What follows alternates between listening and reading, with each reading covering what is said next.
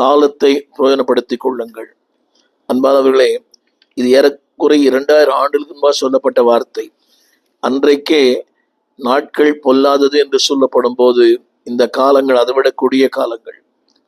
பவுலடியான் வாழ்ந்த காலத்திலே இந்த ஊடகங்கள் இல்லை, இந்த இப்படிப்பட்ட வாட்ஸ்அப், யூடியூப் இல்லை. யோசித்து பாருங்கள், இப்படி கேளிக்கை சாதனங்கள் இல்லை, மொபைல் இல்லை.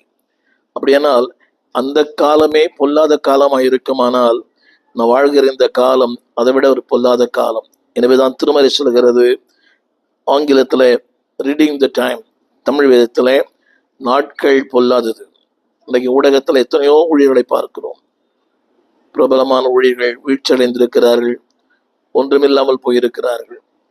ஆனால் திருமறை சொல்கிற வார்த்தை நாட்கள் பொல்லாது. அதாவது அந்த நாட்களே பொல்லாது என்று சொன்னால் இந்த நாட்கள் அதை விட பொல்லாதது.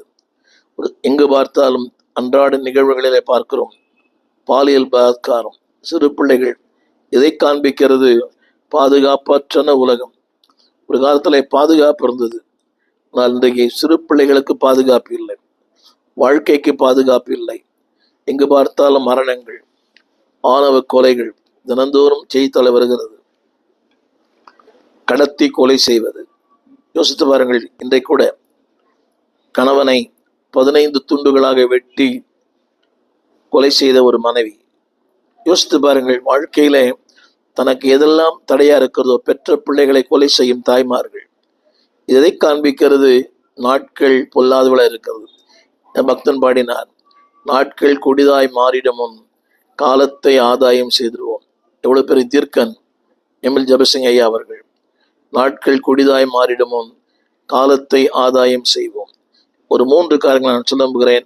அதாவது இது மேலான வாழ்க்கைக்கு, உயரமான வாழ்க்கைக்கு, உன்னதமான வாழ்க்கைக்கு, அன்பானவர்களே, நீங்கள் செய்கிற ஒன்றுதான் உன்னதமான வாழ்க்கைக்கு வழிவகுக்கும்.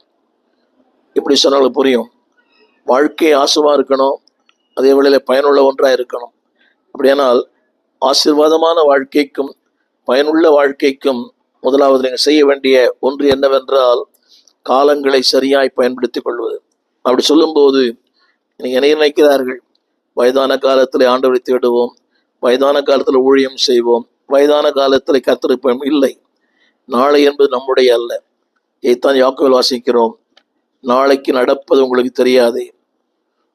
உங்களுடைய ஜீவன் கொஞ்ச காலம் தோன்றி பின்பு தோன்றாமல் போகிற புகையை போல் இருக்கிறது. ஆங்கிலத்தில் அந்த வார்த்தை எழுப்பட்டது, what is life? Life is temporary. இந்த வாழ்க்கை